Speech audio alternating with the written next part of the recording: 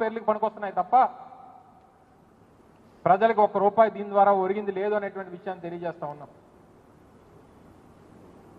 చంద్రబాబు నాయుడు గారు మన ఊర్లో ఒక సామెత ఉంటుంది,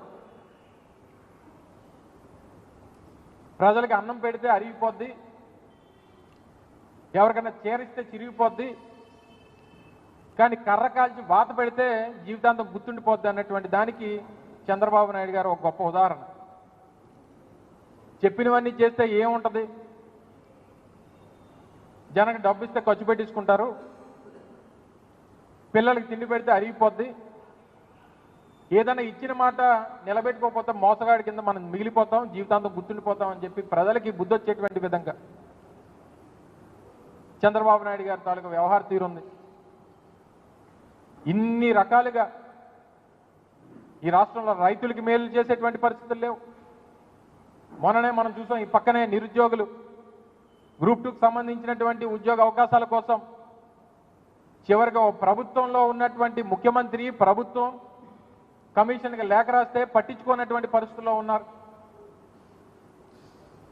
వేలాది మంది యువత రోడ్ల మీదకి వచ్చి వారి తాలూకా ఇబ్బందులు చెప్పేటువంటి పరిస్థితి. తొలి సంతకం డిఎస్సికి దిక్కు దివాన్ లేదు. మొన్న చూశారు, మా చోడవరం నియోజకవర్గానికి సంబంధించి ఈ రాష్ట్రంలో మిగిలినటువంటి ఒక్క గోవాడ షుగర్ ఫ్యాక్టరీ రైతులు రోడ్డెక్కి ఆ ప్రభుత్వం నుంచి సహాయం అందక,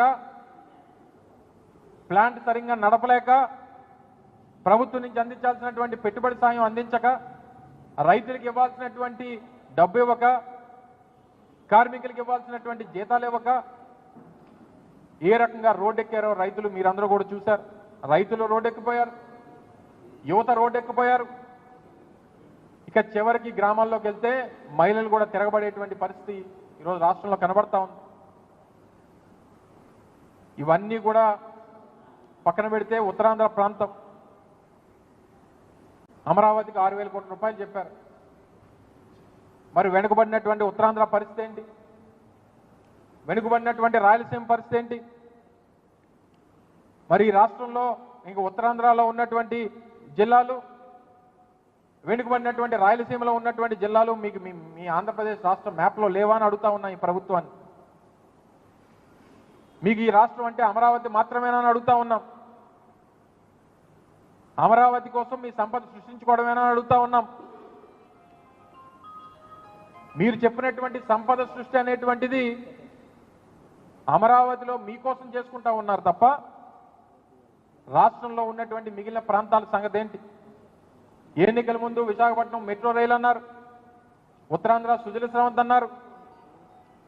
ఈరోజు తీరా బడ్జెట్లో చూస్తే మేము తీసుకొచ్చినటువంటి పోర్టుల గురించి, మేము కట్టినటువంటి రామాయపట్నం పోర్టు గురించి, మేము కట్టినటువంటి మచిలీపట్నం పోర్టు గురించి, మేము కట్టినటువంటి మూలపేట పోర్టు గురించి, మా హయాంలో మొదలుపెట్టినటువంటి భోగాపురం ఇంటర్నేషనల్ ఎయిర్పోర్ట్ గురించి, మా హయాంలో తీసుకొచ్చినటువంటి ఇండస్ట్రియల్ కారిడార్ల గురించి మీరు గొప్పలు చెప్పుకోవడం ఏంటో ఇవన్నీ కూడా ప్రజలు గమనిస్తూ ఉన్నారు. ప్రజల పక్షాన వైఎస్ఆర్ కాంగ్రెస్ పార్టీ జగన్మోహన్ రెడ్డి గారి నాయకత్వంలో ప్రజల మధ్య ఇప్పటికే అనేక ఉద్యమ కార్యక్రమాలు రూపొందించాం. గతంలో రైతుల పక్షాన పోరాటం చేశాం. కరెంటు ఛార్జీలు పెద్ద ఎత్తున పెంచేసి 15,000 కోట్ల రూపాయల భారాన్ని రాష్ట్రంలో పేదవాడి మీద వేసేటువంటి పరిస్థితులు చూస్తూ ఉన్నాం. ఇప్పటికన్నా ఇచ్చినటువంటి మాట నిలబెట్టుకునేటువంటి దిశగా మీరు చెప్పినటువంటి ఆ 15,000 రూపాయలు చెప్పిన ఆ పిల్లలకి ఇస్తానన్నారు, 1,500 రూపాయలు చెప్పిన ప్రతి నెల మహిళలకు ఇస్తామన్నారు. చదువుకున్నటువంటి నిరుద్యోగ యువతకి నెలకు 3,000 రూపాయలు ఇస్తామన్నారు. 5 సంవత్సరాల్లో 20 లక్షల ఉద్యోగాలు అన్నారు. మొదటి సంవత్సరం అయిపోయింది. ఎంతమందికి ఉద్యోగాలు ఇచ్చారు అంటే 5 సంవత్సరాలు 20 లక్షల మంది కంటే ఒక సంవత్సరానికి 4 లక్షల మంది. ఈ సంవత్సరంలో ఎన్ని లక్షల మందికి ఉద్యోగాలు ఇచ్చారో ప్రభుత్వం సమాధానం చెప్పాలి ప్రజలకి.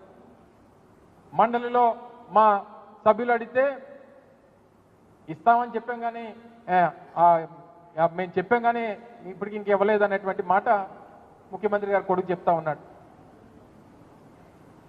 మేము చెప్పాం కానీ ఇస్తామన్నామా అని చెప్పని అడుగుతా ఉన్నాడు. సో ఇన్ని రకాలుగా ఇన్ని మోసాలు కేవలం అధికారం కోసం ఏ గడ్డన్న తినడానికి వెనుకాడం అనేటువంటి విధంగా ఈరోజు ఈ కార్యక్రమాలన్నీ చేశారు. తప్పకుండా వైఎస్ఆర్ కాంగ్రెస్ పార్టీ ప్రజల పక్షాన పోరాటం చేస్తుంది. ప్రజలకు ఇచ్చినటువంటి హామీలు ఏదైతే ఈ కూటమి ప్రభుత్వం ఎన్నికల ముందు చెప్పిందో, ఎన్నికల్లో చెప్పిందో, అధికారంలోకి రావడానికి చెప్పిందో వాటన్నిటి కూడా నిలబెట్టుకునేటువంటి విధంగా వారి మీద ఒత్తిడి తీసుకొచ్చేటువంటి కార్యక్రమం కూడా వైఎస్ఆర్ కాంగ్రెస్ పార్టీ చేస్తుందనేటువంటి విషయాన్ని తెలియజేసుకుంటూ ఎన్నికల ముందు ఒక నినాదం తీసుకొచ్చారు. Hello AP, bye bye YCP అన్నారు. ఇప్పుడు ఏం చేశారు? హలో ఏపీ కూటమి పెట్టింది టోపీ. ఇది మరి ఎవరు చెప్తారో, ఎవరితో చెప్పించుకుంటారో, ప్రజలు అనుకున్నటువంటి మాట ఇది. ఆ రోజు జగన్మోహన్ రెడ్డి గారిని ఇస్తున్నటువంటి పథకాలని అన్నిటినీ కూడా విమర్శించి అంతకంటే ఎక్కువ ఇస్తామని చెప్పి, మూడింతలు ఇస్తామని చెప్పి మోసం చేసి ఇప్పుడు హలో ఏపీ కూటమి పెట్టింది మనకు టోపీ అనుకునేటువంటి విధంగా ఈరోజు ప్రజలు అనుకునేటువంటి పరిస్థితి తీసుకొచ్చింది ఈ ప్రభుత్వం అనేటువంటి విషయాన్ని మరొకసారి ఈ సందర్భంగా తెలియజేసుకుంటూ ప్రజలందరికీ కూడా జరుగుతున్నటువంటి మోసాన్ని, చేస్తున్నటువంటి ఈ వంచనని గుర్తించాల్సిందిగా మీ ద్వారా ప్రజలందరినీ కూడా కోరుతా ఉన్నాం. Thank you.